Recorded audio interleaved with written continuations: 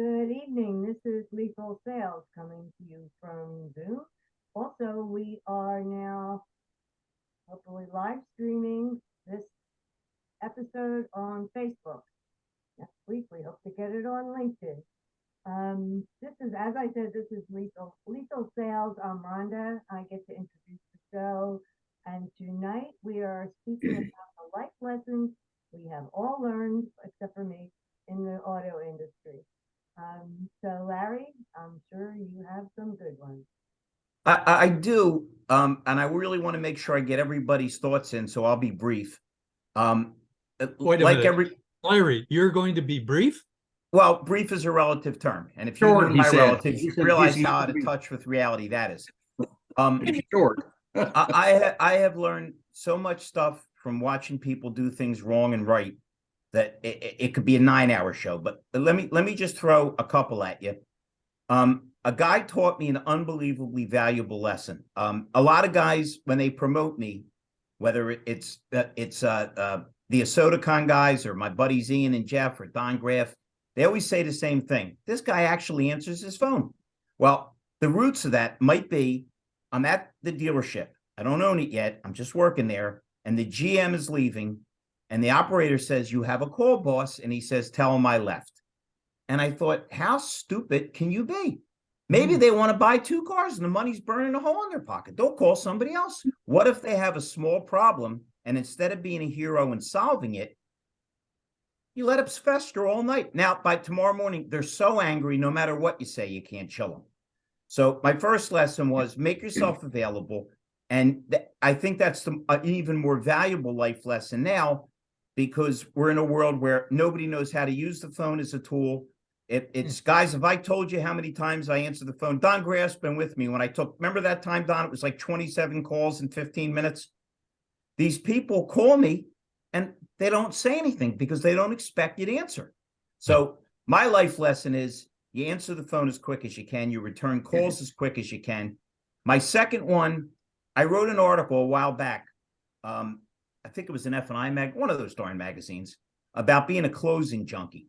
Now, I'm an unusual musician. I rock as hard as anybody you'll ever meet, but I don't smoke, I don't drink, I don't get high, and I never did. But when I came to work at the dealership, now I always liked it when my mom and dad said yes. And without getting too graphic, John, because you're from Canada, I don't want to shock you. I used to love it when girls would say yes. But man, did I learn to love it when customers said yes. I don't think there's a better high in the world than when a customer says yes. Hey, nobody in this show is 18 years old except Rhonda. Guess what?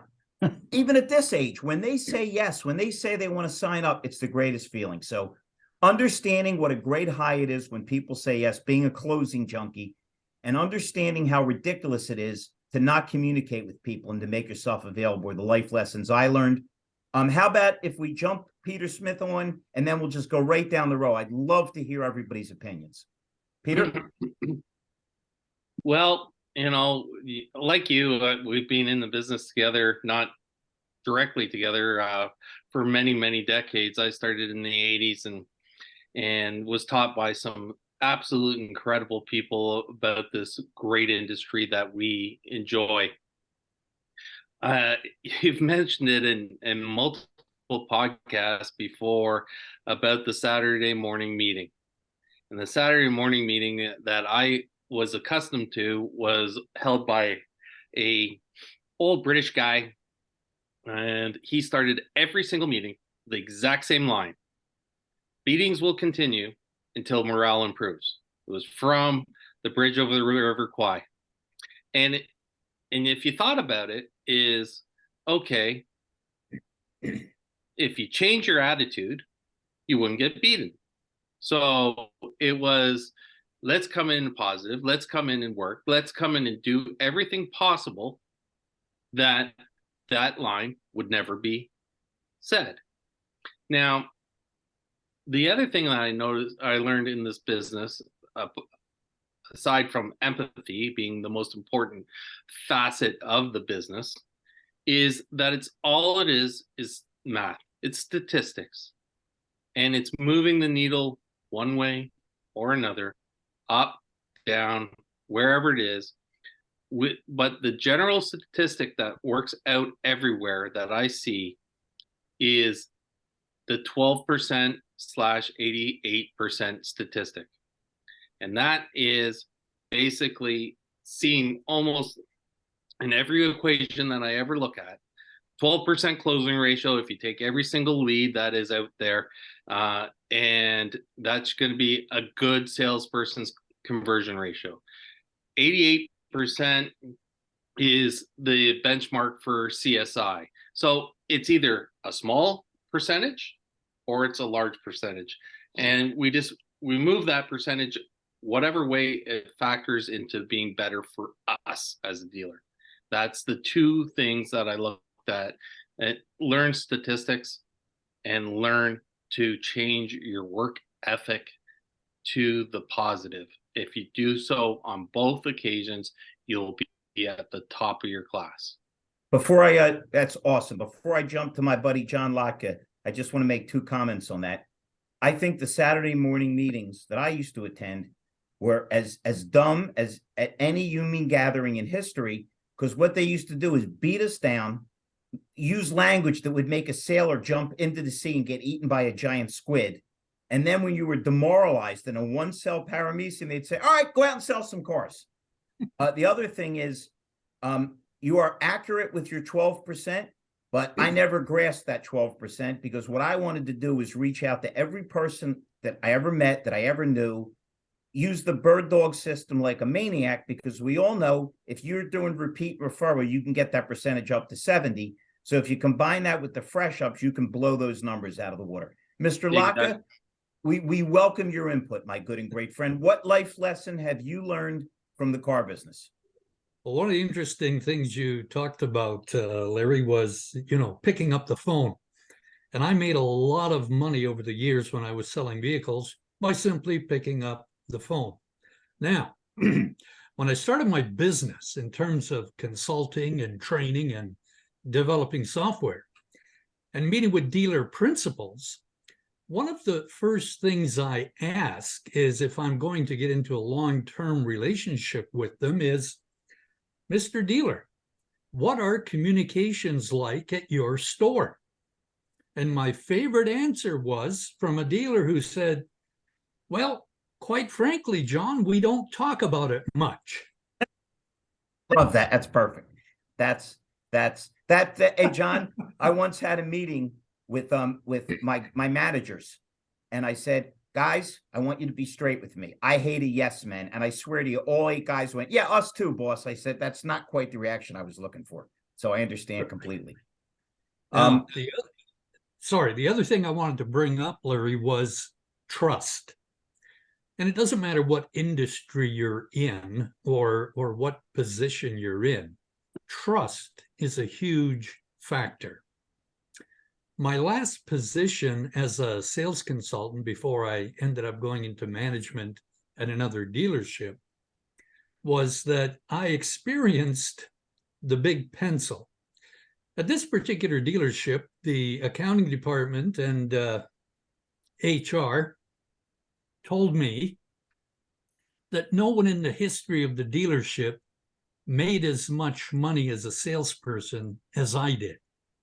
Now, perhaps that may have upset the general manager, who was the owner's son. I don't know. But I had a great relationship with my direct manager, who was the used car manager. And he allowed me to have access to the costs on the vehicles that we had in inventory.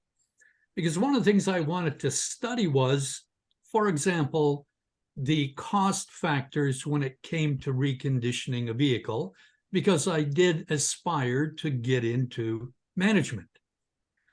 Lo and behold, one of the vehicles that I sold, I happened to know what the gross margin was and what I should be paid on. When I looked at my pay stub for that particular vehicle, I noticed that I was penciled dramatically. So no, wait a minute. Hold on. I don't mean to interrupt you, John, but are you sure that's not an anomaly? Because I've never heard Say it ain't so. salesperson complaining That's right. about Say a it ain't discrepancy. so. Russell, have you ever heard of this in your whole life? I never heard of this. Next thing So, you're going to but tell me, never. fish are swimming and birds are flying. But listen, No, so what I did is, Swami, Swami, get the cobras going. Get the cobras going. so what I did Hey, Russell, was, if you don't think I'm a lunatic, I got Don Graff to lose his mind, and that wasn't easy to do. Go ahead, Latka. I'm sorry they're rude and they keep interrupting. What can I do? that's all right. You know, we do this all the time, you and me. So I went across to the general sales manager's office, right? And I had this particular slip with We me. got the dog in. We got the dog excited. And I There we looked go. at him I looked at him in the face. I said, Jerry, you guys effed me. What about commissions getting He chopped? threw up his hands and said, I told them you'd find out. I told them. Needless know, to say, I told somebody once, I think if my philosophy is wrong, fine, but I like to be nice to everybody until I fire them, because I've seen it, and you guys have seen it.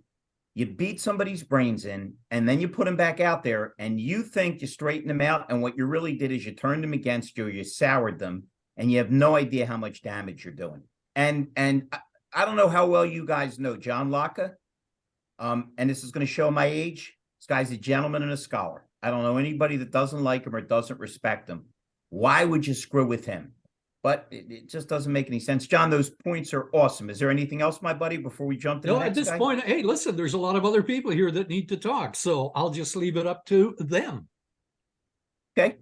Russell Hill is loaded for bear, and then we'll go to Don Graff, who's being mauled by a dog. Go ahead, Russell. So, many years ago, my son asked me, he's in the car business. The only store he's ever worked at, been there 7.5 years, and doing an amazing job. But he asked me, he said, Dad, how do you know if you're making the right decisions? And I said, well, Ryan, why do you ask that? He said, because you always seem to make the right decisions. And I laughed and I said, well, not really, but okay. He said, no, really.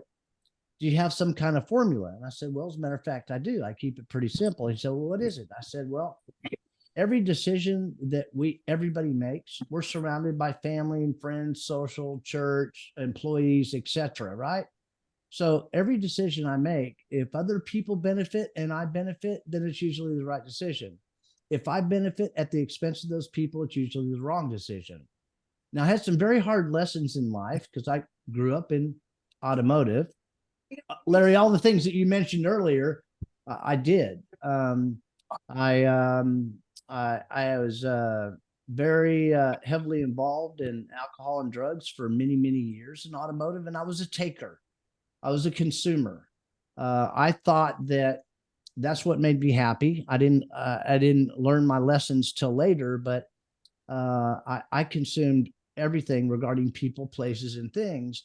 And what happened was the hole in my heart just kept getting bigger and bigger and bigger, and nothing could satisfy or quench my thirst.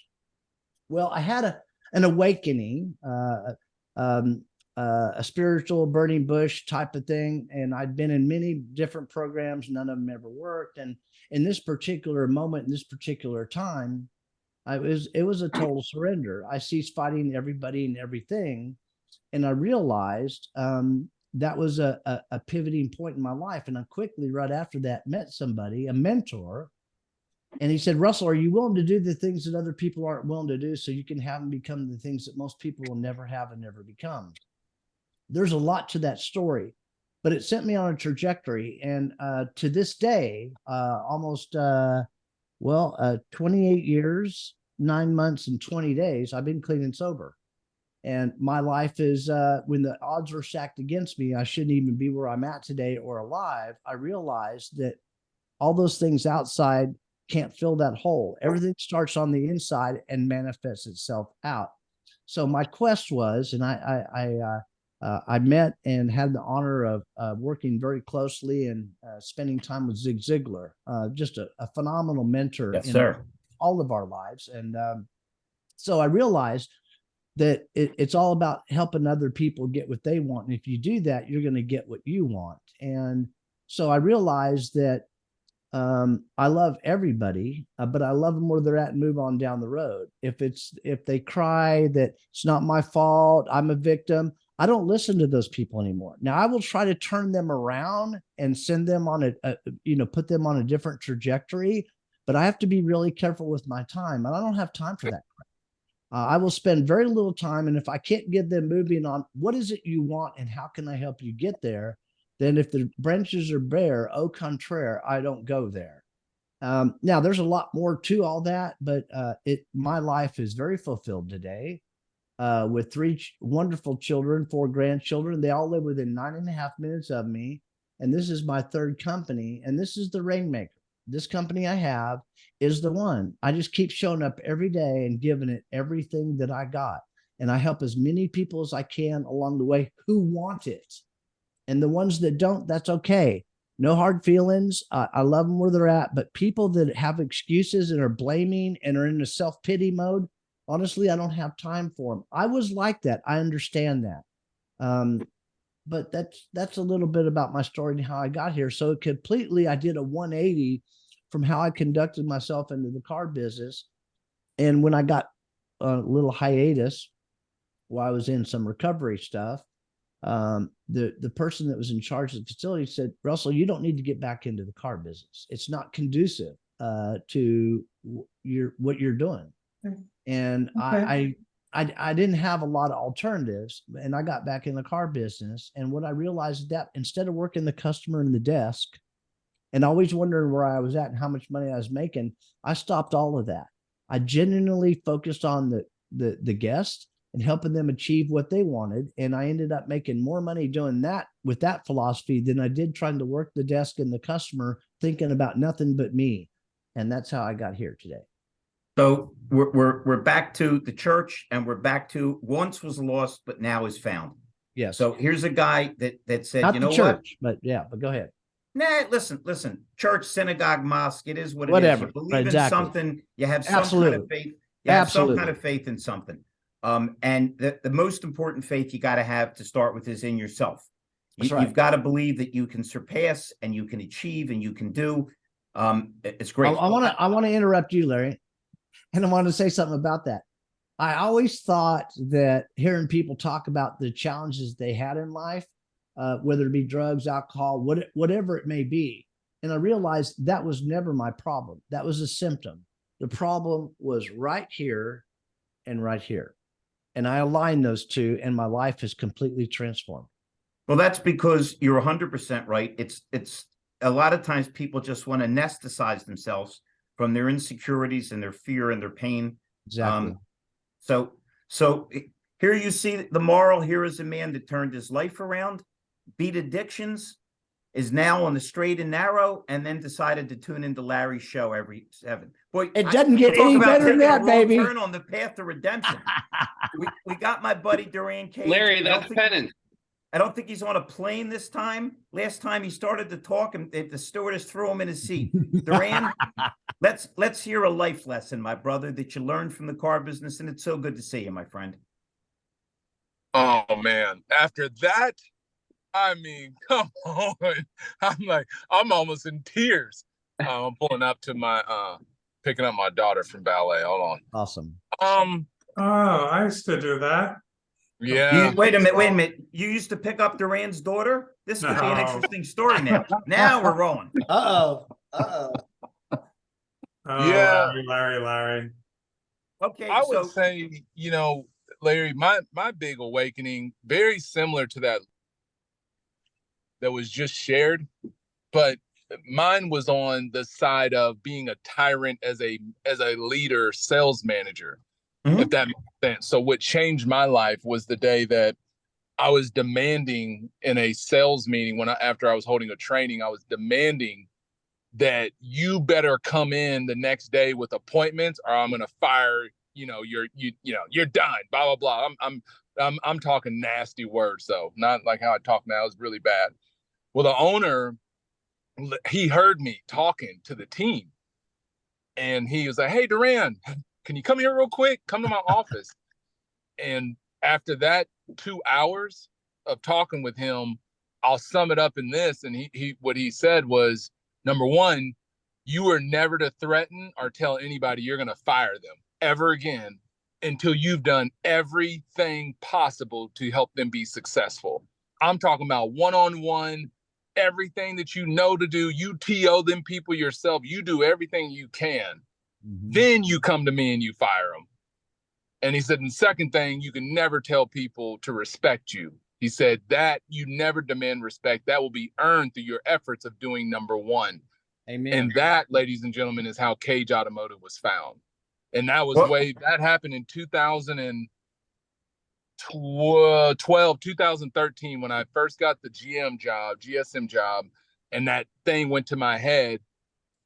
But it was the best thing that happened because I still have that model to this day, not just with salespeople, sales managers that I coach and train, but it's like anybody that I touch, if they need help, before I will cut them off, I want to make sure I've done everything possible in my might to help them be successful. So that was a lesson that helps both on the employees. That's an equally strong redemption story as Russell's, because anybody that knows Durran Cage, he's the most mild-mannered guy. You never hear him cry. I mean, so here's a guy that really pushed himself to the limit of being a jerk and got pulled back from the brink and was smart enough to look in the mirror and say, wait a minute, he's right, I'm on the wrong path.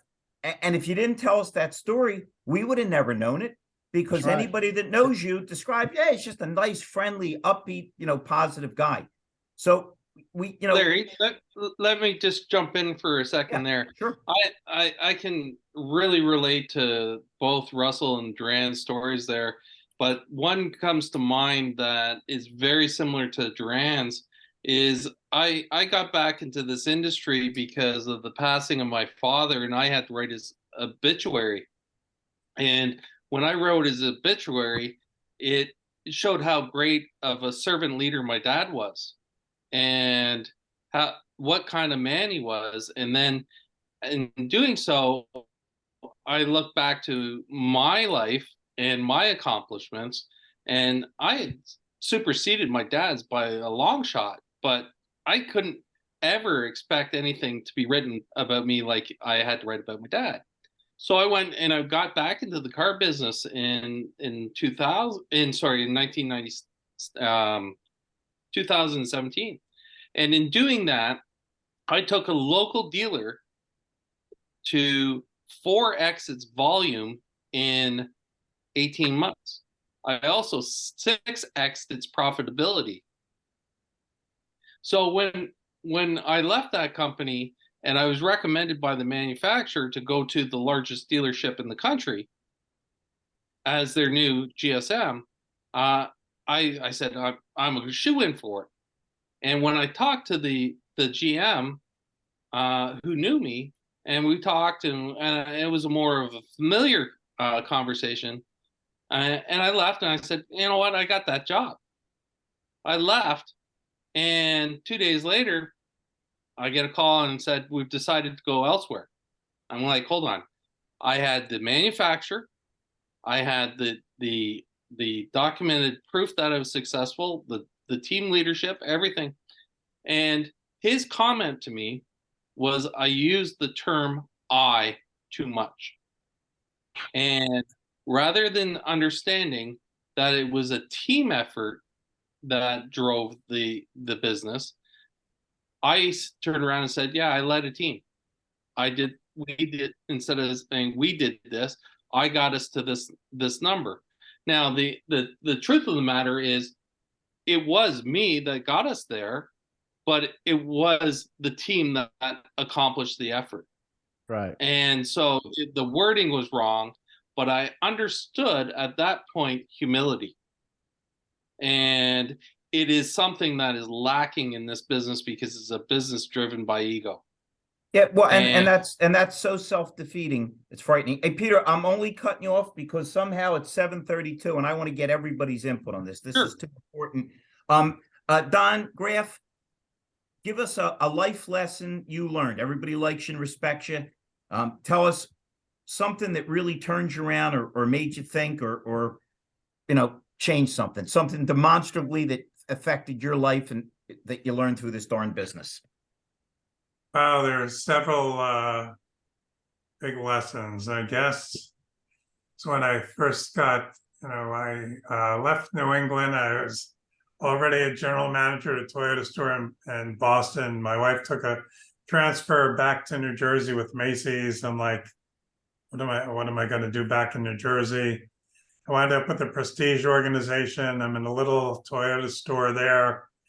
Start up their BDC store department there, and 3 years later, I'm in Flemington Car and Truck Country, and I'm running 14 dealerships, and we're doing 4,000 cars.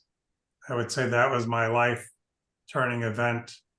Having Steve Califer give me the reins for his 14 stores to run the internet and e-commerce department for him. And that really started my career back going again and growing a team the way I really wanted to grow a team. We had 27 people. I didn't lose anybody for 3 years. I got the respect of all those manufacturers and all the vendors, and it's on my way.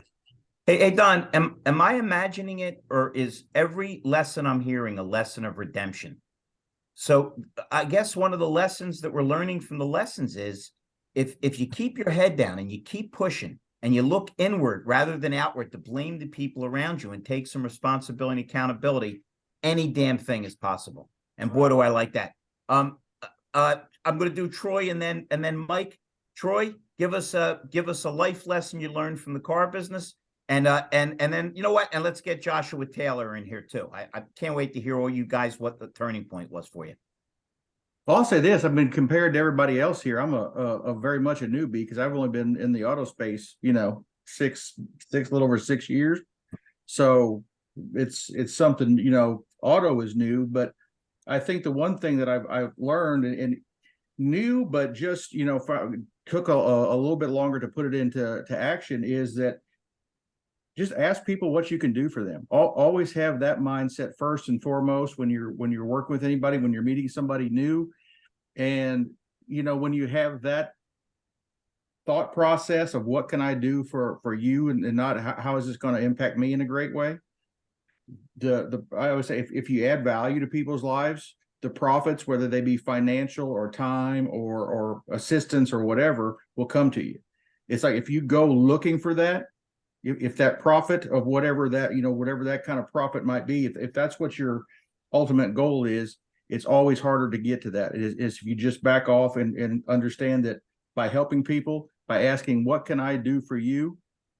Because I think the thing is, most people, again, you look on LinkedIn like this or whatever, the minute somebody connects with you, they're wanting, hey, I want to sell you something. I'm going to do something. I'm trying to make money. I'm trying to make a living. And by taking the opposite approach and going, what can I do for you? And sincerely meaning it, not just doing it as a ploy, that you're going to get a lot more. I mean, it's just the fact of the matter. I've seen it. It's, people who I have done things for that I never expected anything back in return. I've gotten some wonderful assistance from in one way or another. It really helped add value to my life back. Not just, and it's not always, doesn't always have to be financial. I think that's the one thing too we think about in business is that everything is money driven, but there are a lot of other things, as we said, that make us feel good that aren't just money. Troy, would you agree that our greatest asset in life is time? Oh, completely, because you only got you can't make more of it. And we can't bank it, we can't save it, we can't do anything with it. All we can do is make it more efficient. And because it's an hourglass and the sand's falling out of the hourglass every second of the day. We don't know how many grains are in there.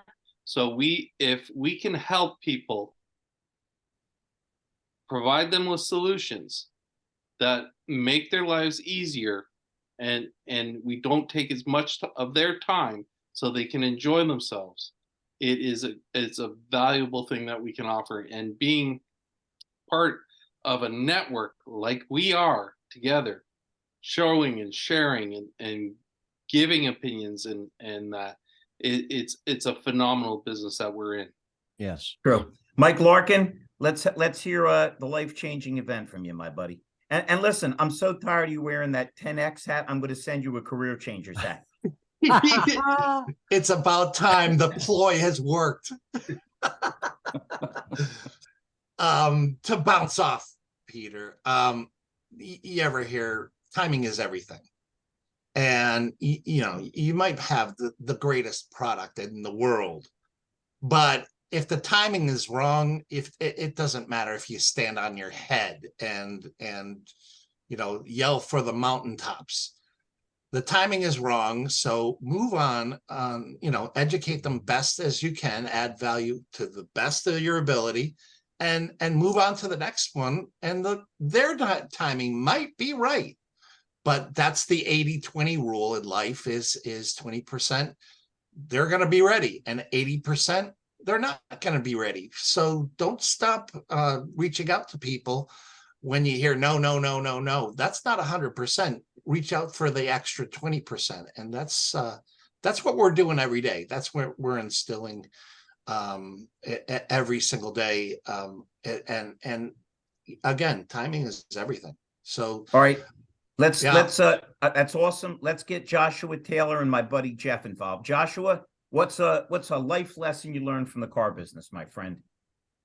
I'll go next. I'm driving. Okay.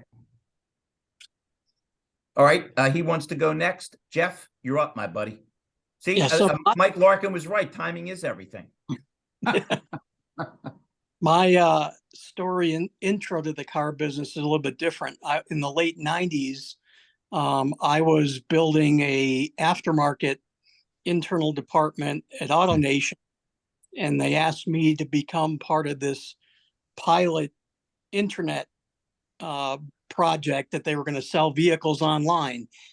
Every single AutoNation manager, and this is in Clearwater, Florida, but everybody in our whole state, this will never work. You know, it's a fad. Nobody will ever use the internet to buy a car. Well, number one, you know, I love hearing that, because I said, we're going to find a way. And we didn't have really any training. So everything was kind of developed on the fly. And we started, also, we were the first ones to launch one price, you know, and everybody choked on that. You know, that was seasoned on the sales floor, because they said, we're going to lose control. We're never going to make any money, but people are never going to shop that way.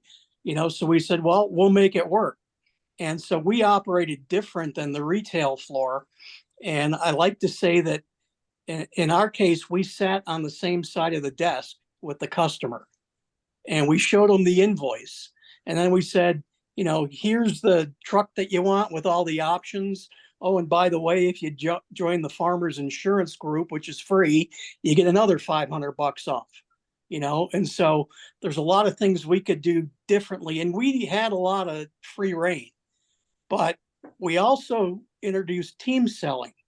So there was 3 people on my team, and we all split the kitty at the end of the month.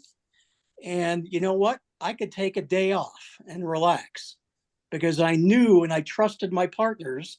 And I knew that on my day off, if my customer came in, they would take just as good a care of them as if I was there.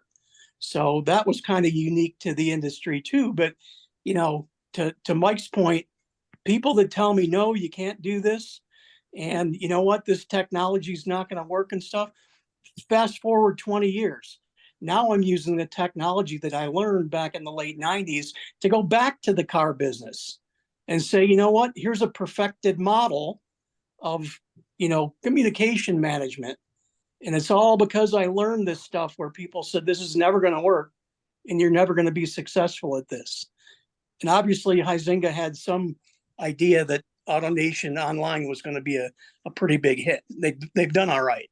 Hey, Jeff, I believe they told Columbus that the world is flat. You're going to sail off the end of the world.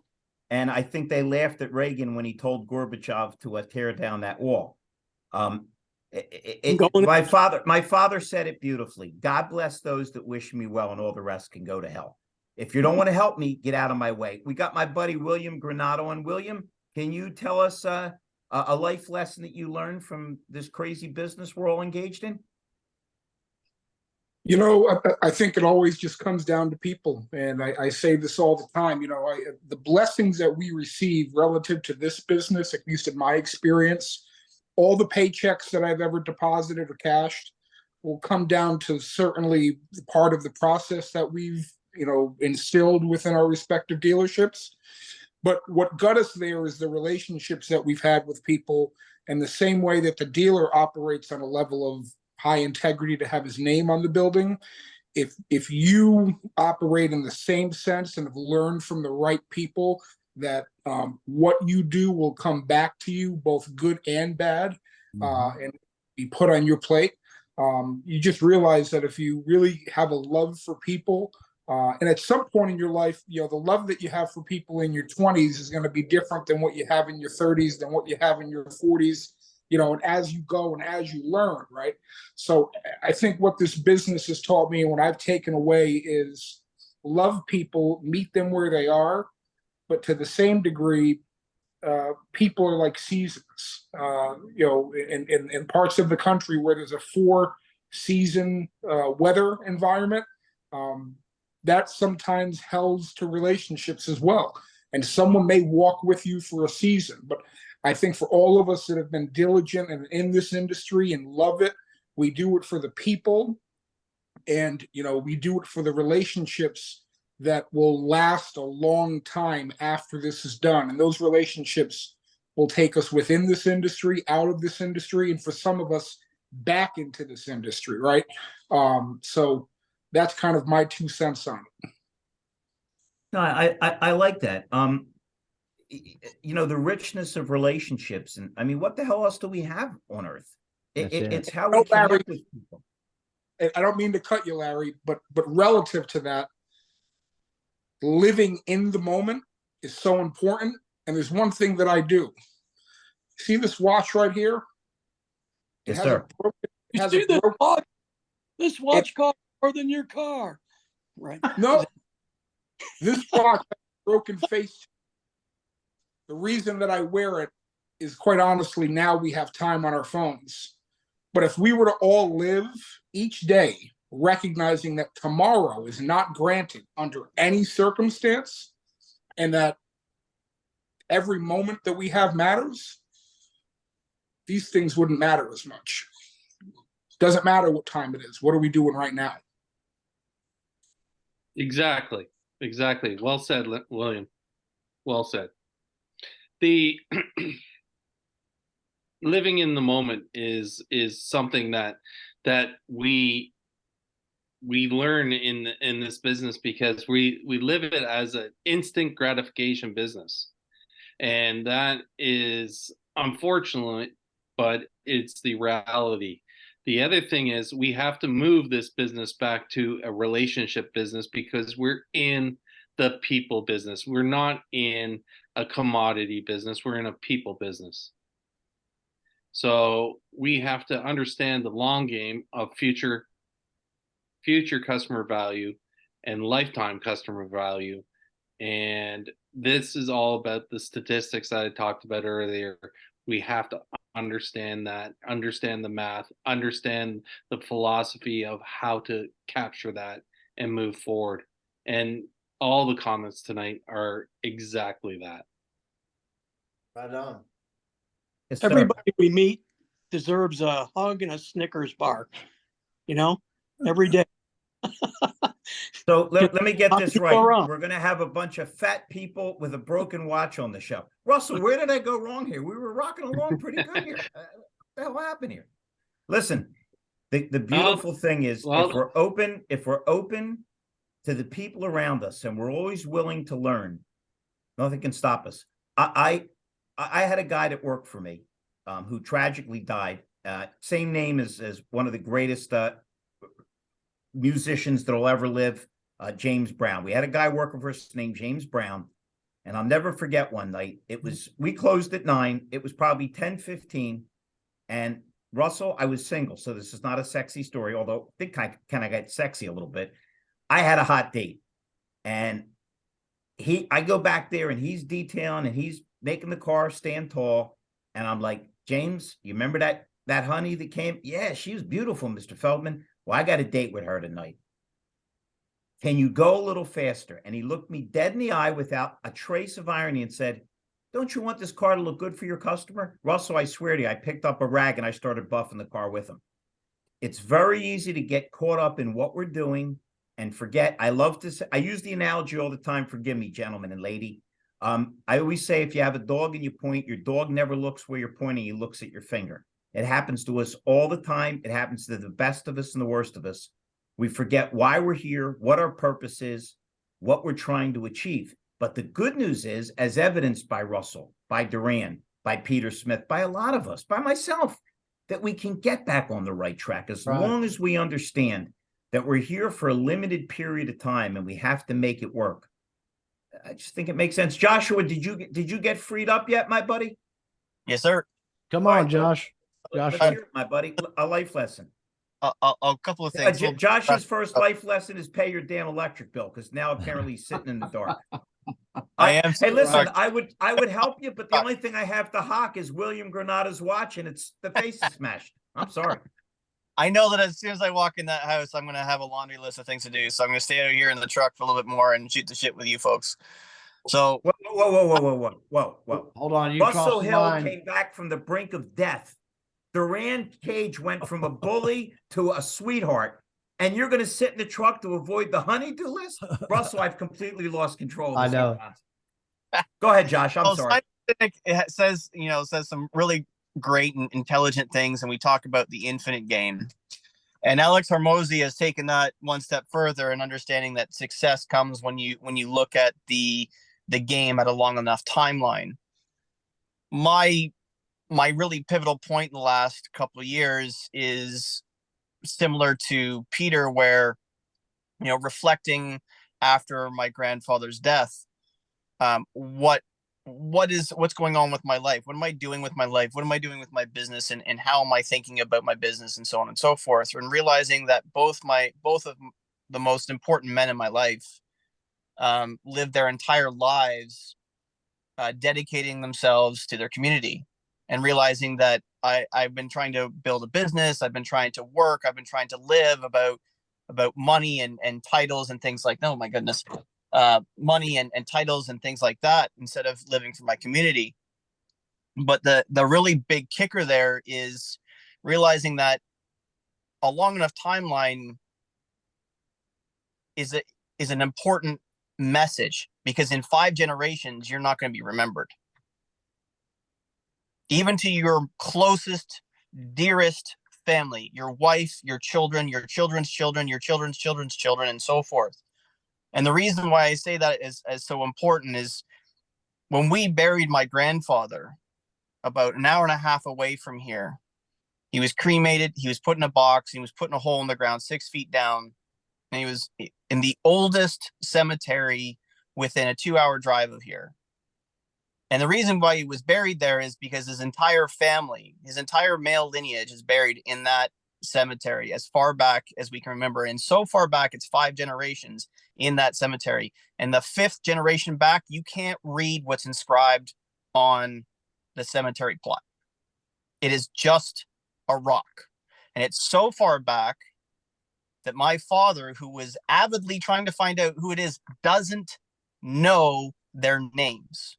Just knows that plot is 5 generations back from him, and that they are related. That is is your father, and answer me honestly, because you and me become pretty good buddies. Is your father a good man? Yes. Was your grandfather a good man? Debatable. Okay. Are you a good man? Debatable. Okay. Well, 1 out of 3, I happen to think you're a liar. I think you're a really good man with a good heart, and I bet your grandfather is a pretty good guy too. So the stone really isn't blank. The writing might not be there, but you're here, and your father's here, and your grandfather's here because of the people that preceded them. That's right. Correct? And I understand that. My challenge, though, is to you, to everyone listening, to anyone that will ever listen, is that playing the long game, and you've made my point for me, playing the long game is more important than playing today. It's so much more important, because that 5 generations back, my father, myself, and when my son gets old enough for me to teach it to him, I want to know who they are. I want to know what kind of men they were. I want to know what kind of things that they did for the community, how they bethered those around them. because I've realized myself in this last couple of years that surrounding myself with people that are even remotely like-minded is so empowering to what I'm able to do the next day, the day after that. It's significantly more fuel than the paycheck at the end of the week. It's significantly better than the title that's in front of my name. Josh, I can say one thing. I met you about a year ago, and in that time of meeting you as part of my community, I can say you've made an impact on my life. And not only that, and I'm not blowing smoke, but I can tell you the reason why. Because your compassion for the people in the fixed ops trade, to the point of understanding the actual mental health of it all, is something that I've never experienced in my 40 plus years of this business. I've never seen someone as compassionate for his fellow man in his industry right across the board to get them better, not just in opportunities, but in life and health. So I can say that you've actually made that a damn, it's an amazing thing, and I applaud you for it. I think he likes you, and I agree with that. Listen, I want to do something a little unusual. I'm picking up speed left and right, dealers left and right. They know I'm insane, but they know I bring it. I'm working with Peter Smith to do extended things. Troy is kind enough to let me touch base and help his business. I'm going to get out to Texas at one point and raise hell with my good and great friend Russell Hill. But I got to tell you, I might have the best marketing team on the planet Earth. I've lost millions of dollars being too loyal to people that didn't deserve it. But I am so in love with Rhonda and her daughter, the quality of people they are. And you talk about a level of dedication. I don't even bother telling her anything anymore. She's 3 steps ahead of me. I respect her. I love her. And Russell, it's just scary how good she is. And I'm not a micromanager, but and this is going to sound crazy, Russ, because you know I'm insane. I'm a perfectionist. I sold 31 and a half cars a month for 11 years, never made a mistake. Don Graff's seen me in action. I ask everybody twice for their phone number and email. All my records are perfect. I don't even bother talking to her anymore because everything I ask her, she's already 3 steps ahead. Rhonda, you're awesome, and we're going to conquer the world. Give me a turning point. It doesn't have to be the car business because she lost her husband. She's got an incredible daughter who she's been ridiculously influential on, and everybody that knows her respects her. What was it in your life that you know had you turn the corner and maybe something sparked? Because you're just unbelievably meticulous, and I'm so proud and happy to have you on my team. I can't even begin to tell you. Fine, Larry. I don't know if there was a turning point. I was born with a mother who didn't like me, so I spent my life. Whoa! Step on the psychoanalyst couch. There's 2 ways to turn with that. Your mother doesn't like you, and you use it as an excuse to be a bitch. Instead, you saw and you decided to be a better person. So you took every negative and extracted every possible good thing. Russell, everybody, we've all seen that. People that have a path. Don't we all know somebody with 2 of the nicest, kindest parents ever, and the kid's a creep or a horrible person? And don't we all see stories of the mother's a drug addict, the dad's in prison, and the kid winds up to be a Nobel Peace Prize? That's right. You looked at your mom and you said, I love her, but she don't like me. I'm going to make everybody else like me. I'm going to be respectable. So that may be more of a turning point than you realize, Rhonda. I know exactly what it is. I tried to make in my entire life, make everybody like me. I was shocked when I ran into people who didn't like me, like what's wrong with them? And so a few years back, that 8 years ago, I joined a networking group called BNI. Some of you may or may not be familiar with it. It's Business Networking International.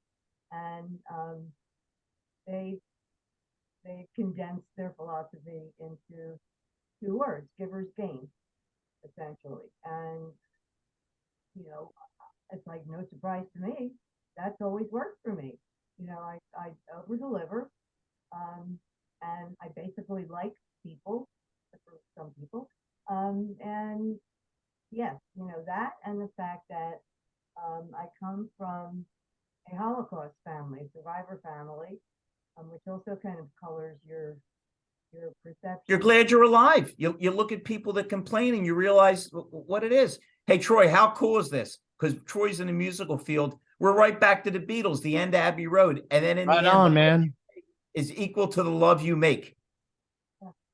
No, that's too late. He was already poisoned with Yoko. True. True. Russell, I don't mean to sound evil, but I think if there was a benevolent God, Mark David Chapman would have missed. He would have killed Yoko. Paul and John would have hugged at the funeral, and we would have. Can you imagine seeing those two guys on stage together on? Oh yeah, I'd pay it all. Anyway, that colors your perception of reality in a lot of ways, thinking really what's important. And what's important is living your best life. And to me, that includes all the people in my life and bringing them along with me if I can. Yeah. Thank you, And Rhonda. listen, if any of you evil people try to lure her away from me, don't even try it.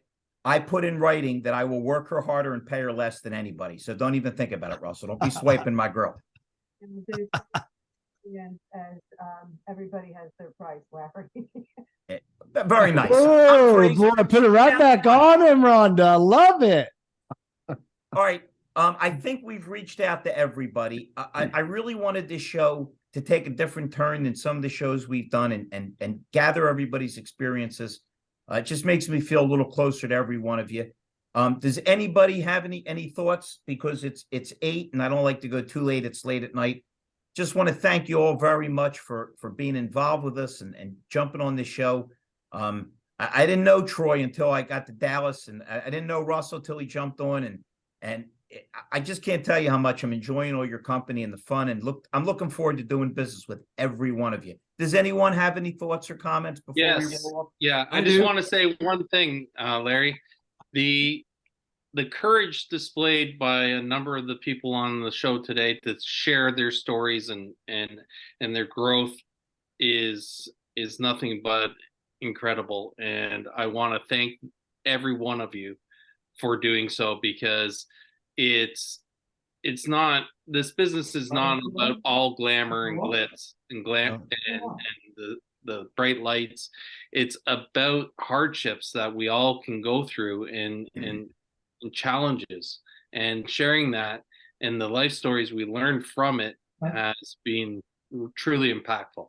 Well, Peter, would you mind if I took a slight bit of credit for that? Because you need courage just to get on the air with a lunatic like me.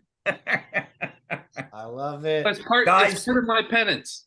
Guys, no, it's true, Larry. You are providing the venue, and you have all these interesting different personalities on, and you get to listen to them and share different points of view and hear what's really going on in the world. Listen, I have a programming note. I have a programming note that can involve every one of you.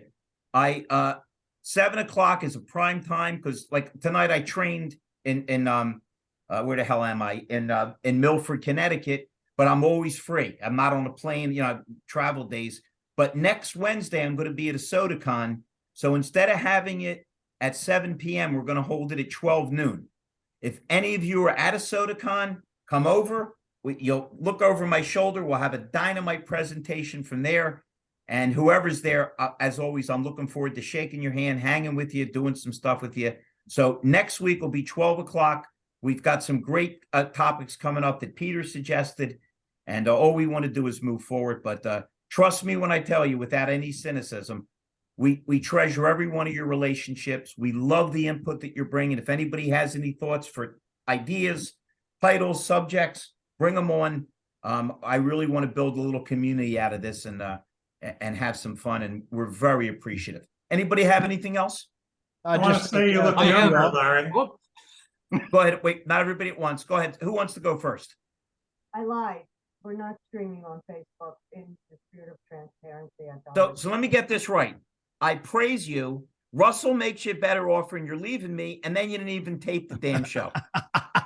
This is Well, what I'm that's a good surrounded thing, with, 'cause Russell. I've No got a wonder face for I'm radio. deranged.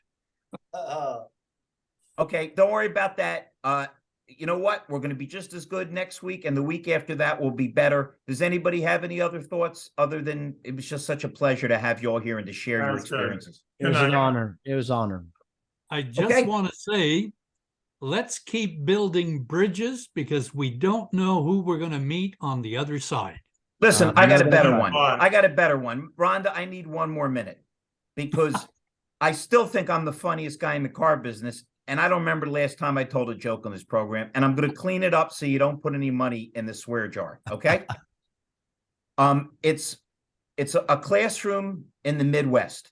And the teacher says, what I'd like you to do is come up with a parable or a fable or a story and relate it to an experience your family has had. Okay. Next day, she says, who has anything?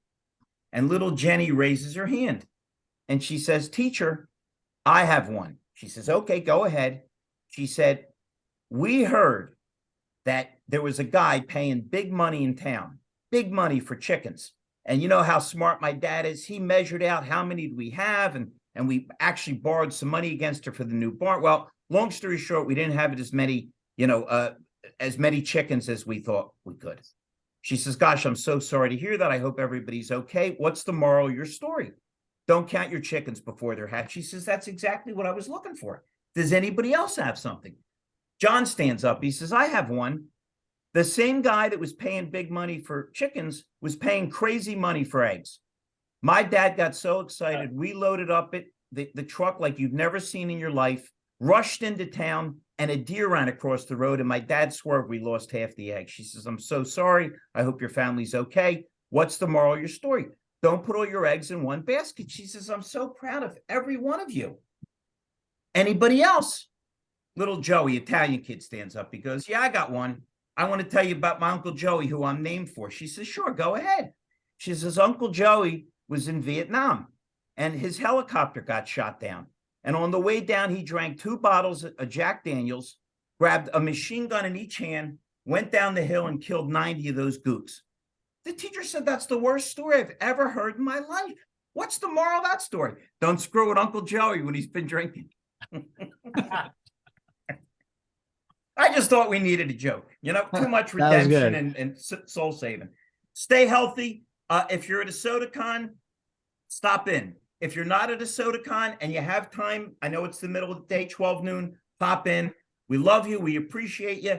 I'll try to keep crazy and just can't tell you how much I enjoyed the show. What's that? Did you say something, John? Somebody said something. I thought you were frozen, Larry. Brother, you can't freeze me and you can't mute me. But my mute button is broken. Stay healthy, stay safe. I hope to see you next week and appreciate you all. Good night, gentlemen. Good night, Rhonda. Good night, Peter. Take care, y'all. Good night. Good night, all.